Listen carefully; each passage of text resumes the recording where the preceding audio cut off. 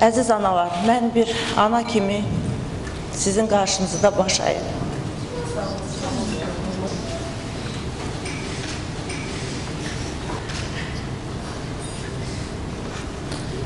Siz elə evladlar böyütmüşsünüz ki,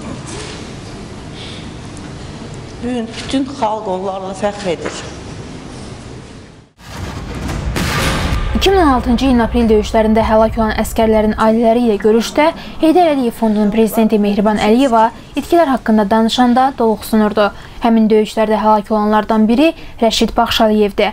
Onun anası Çimnaz Baxşaliyeva o vaxtdan oğluna şəhidlik statusunun verilmədiyini deyir. Bunun üçün bütün sənədləri hazırdır. Amma bir ilə yaxındır, Müdafiə Nazirliyi şəhidlik statusunu təsdiq etmir. Qadın hər ay dövlət qurumlarına ayaq döysə də heç bir cavab almır. Mehriban Əliyevaya yazdığı məktublara da cavab gəlmir. Ondan Mehriban xanımla başqa şey heç nə istəmirəm. Mən demirəm ki, mənə nəsə verilsin, nəsə. Mən bir də Mehriban xanımla bir ana kimi tələbəm odur ki, mənim uşağımın şəhidliyi təsdiq olunsun. Başqa heç nə istəmirəm. Nail ola bilməsəm, axır başı Azərbaycan vətəndaşlığından imtina edəcəm. Çünki belə şəhidlərimizə, belə övladımıza dəyər verilməyəndən sonra mən burada yaşaya bilmərəm artıq. Ancaq başımı götürüb çıxmalıyam buradan. Çimnaz Baxşaliyeva 28 fevralda növbəti dəfə Milli Məclisə gedib, Mehriban Əliyevanın qəbuluna düşməyə çalışıb.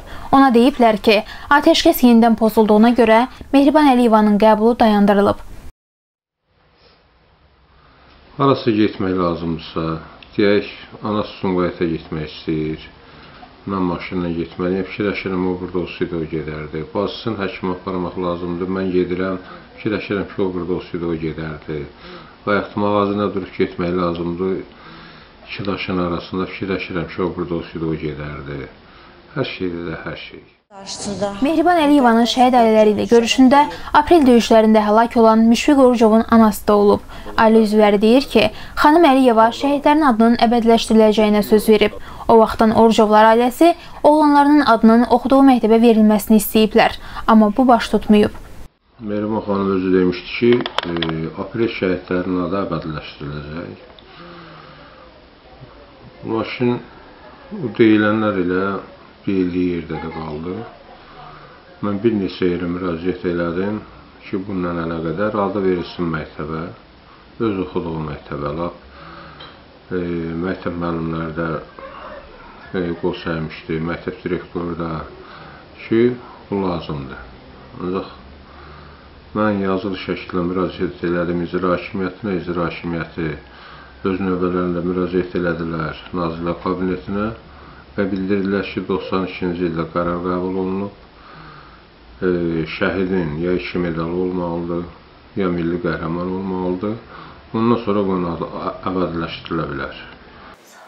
Rəşid Baxşaliyevə şəhidlik statusunun verilməməsi ilə bağlı Müdafiə Nazirliyinə zəng etsək də onlarla əlaqə yaratmaq mümkün olmadı.